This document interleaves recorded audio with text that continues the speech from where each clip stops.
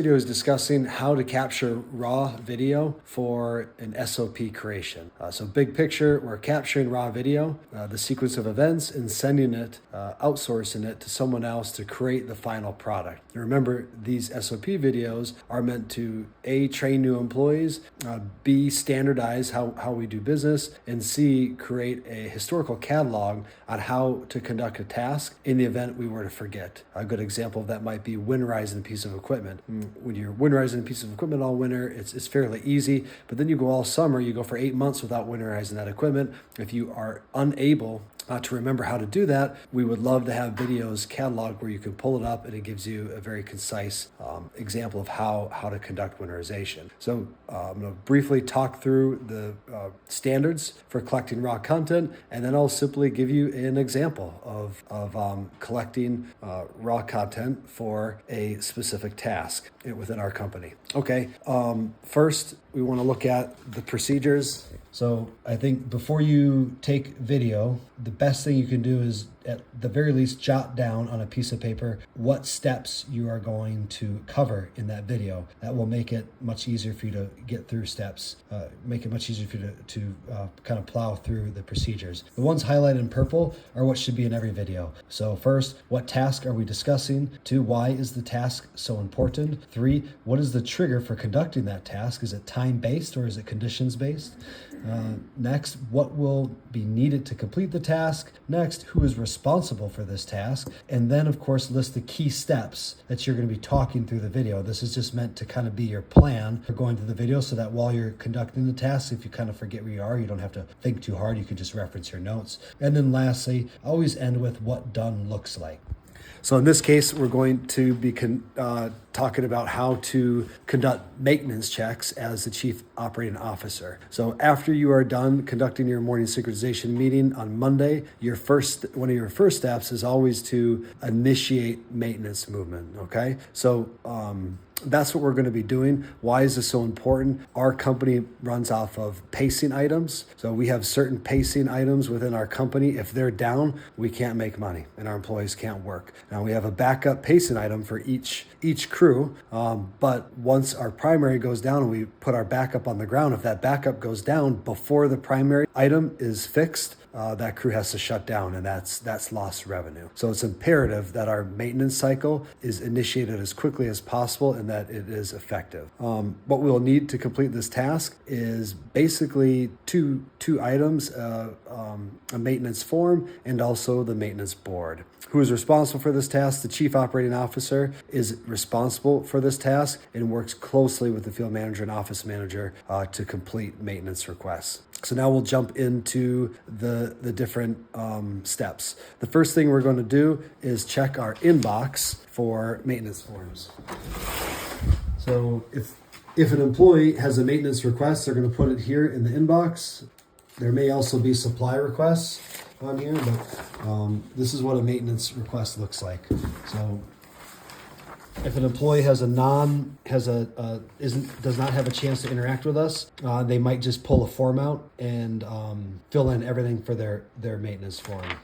So you can see we have date, how the item, what item is affected, the description of the problem, how it affects operation, and any additional notes. And then down here is for the staff. As we address these maintenance requests, we go ahead and fill it in, and then we take this piece of paper and we file it in our maintenance book so we can keep track of what's done and what still needs to be done.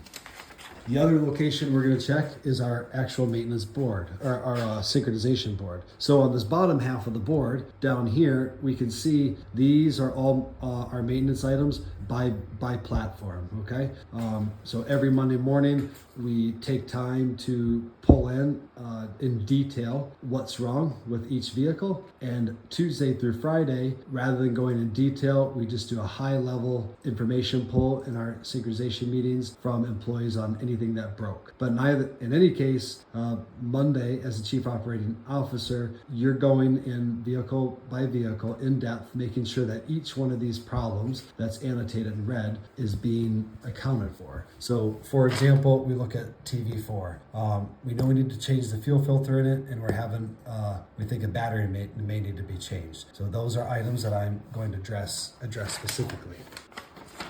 Okay, once I've identified what needs to happen, now my next step is to clarify the problem with the field manager or the operators as needed. Hopefully I can understand everything based off of the morning synchronization meeting or the maintenance forms, and I don't need to bother anyone. But if I need to bother anyone, I need to make a phone call and figure out in depth what's happening. Next, I need to discern if this is an internal maintenance piece that we're going to address or if we're going to need to outsource it. And this is based off our ability and of course time. So we may be able to do something, but if we're in the height of our season, we may not have time. And it's more beneficial for us to outsource that labor than to do it in-house. But during the winter months when work is slower, we'd rather keep that labor in-house and give the money to our employees rather than outsource it to a vendor. The next piece that we need to do is call the appropriate vendor.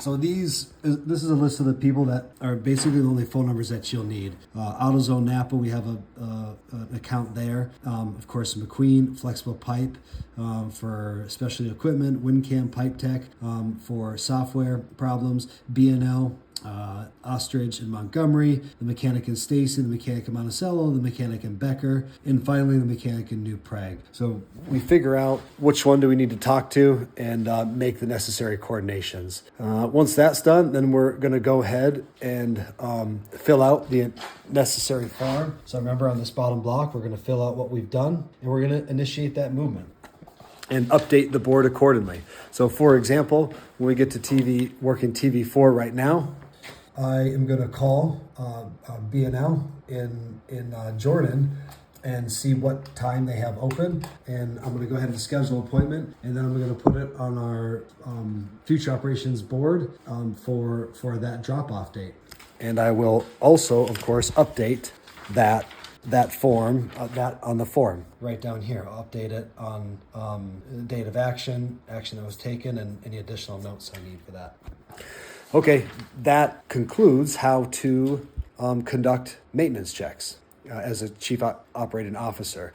What does done look like? It means that every item on the board, on the maintenance forms, or every item on the maintenance board, has been accounted for and an action has been taken on it, so that by the next day I can brief the crews, the field manager, and the chief executive officer what the status is of that equipment and what's being done to correct it. This video also gives you the standard for how you should collect raw content on the video. Okay, so at this point we can send this video to our outsource partners, and they can create a final SOP video.